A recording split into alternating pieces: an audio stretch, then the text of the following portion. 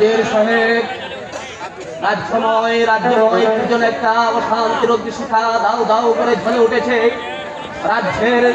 রাজ্যের প্রজারা উশৃঙ্খল বজায় করছে। সারা রাজ্যে শৃঙ্খলা রক্ষা করতে পারছি না। আমি যে এর কোনো কারণেই বুঝতে পারছি না।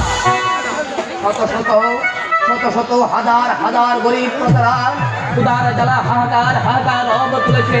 ৮২,০০০ মন কার্যদ্রব্য, তাহলে কি ওই প্রজাদের মধ্যে সমভাবে বন্টন করা হয়নি? দ্রব্য শুধু নয়, ৫০,০০০ টাকা অন্যায় দুর্গত এলাকা পুনর্বাসনের জন্য নির্মাণ করার জন্য দেওয়া হয়েছে।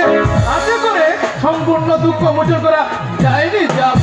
তাছাড়া ৩০,০০০ বাড়িঘর প্রায় ক্ষতিগ্রস্ত হয়েছে। তাতে করে সামান্য কিছুটা রাজ ভান্ডারে সব দম থাকতে রাজ্যের প্রজারা জীবন যন্ত্রণা বহু করবে। চতুর্দিকে হাহাকার শব্দ শোনা যাবে। আর আমি এই রাজ্যের বঙ্গরাজ হয়ে তা সইতে পারবো না। ওজির সাহেব শুনুন, এই মুহূর্তে